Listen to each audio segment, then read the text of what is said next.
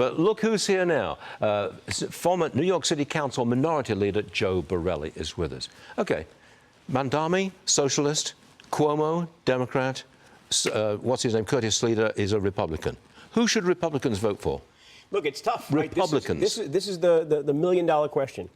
Curtis Sliwa inherited a base vote of 30%. That's what Donald Trump got. That's what Lee Zeldin got. He got 28% last time he ran. Right now, he's only polling at 11%. He has somehow squandered the coalition that gave Republicans that juice, that energy they need to even be competitive. All he needed this year to win was maybe 36%, 37%, 38%. It's a three-way race. In theory, that could have done it. I think he hasn't lived up to expectations. I think the campaign they ran was not particularly effective. And that's why since Eric Adams left the race, Cuomo's numbers have gone up and Curtis Sliwa's has gone down. So I think Republicans have to answer the honest question of whether it's better to go with someone who's fundamentally bad, fundamentally responsible for so many of our problems, but might have his foot on the brake pedal sometimes, or do you want to go with someone who's going to be full throttle, foot on the gas on socialism for the future? Look, I know that's the arguments both ways, but you answer the question. Who should Republicans vote for? Cuomo, to see if we can possibly beat Mamdani, or vote for a Republican who you know is going to lose? I think they should hold their nose and take a pill and forget about 2019, 2020, 2021, 2022. Take the memory loss pill and just vote for Cuomo. That's no answer. Oh, vote for Cuomo. Vote for Cuomo. Vote for Cuomo. Okay. I was about to have a go at you there, but I won't do that. New York City seeing, I think it's record early voting.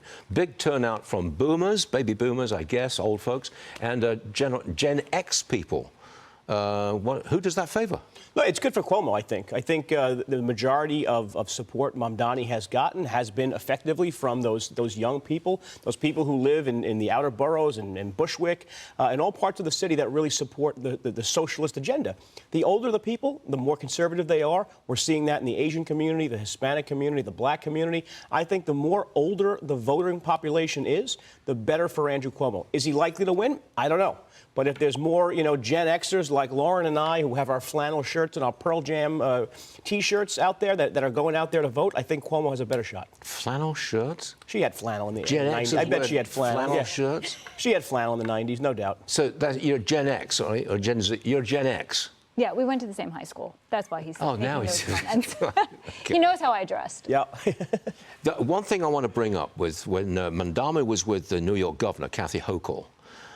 Hochul's speech was interrupted and almost shouted down by the crowd shouting, "Tax the rich, tax the rich."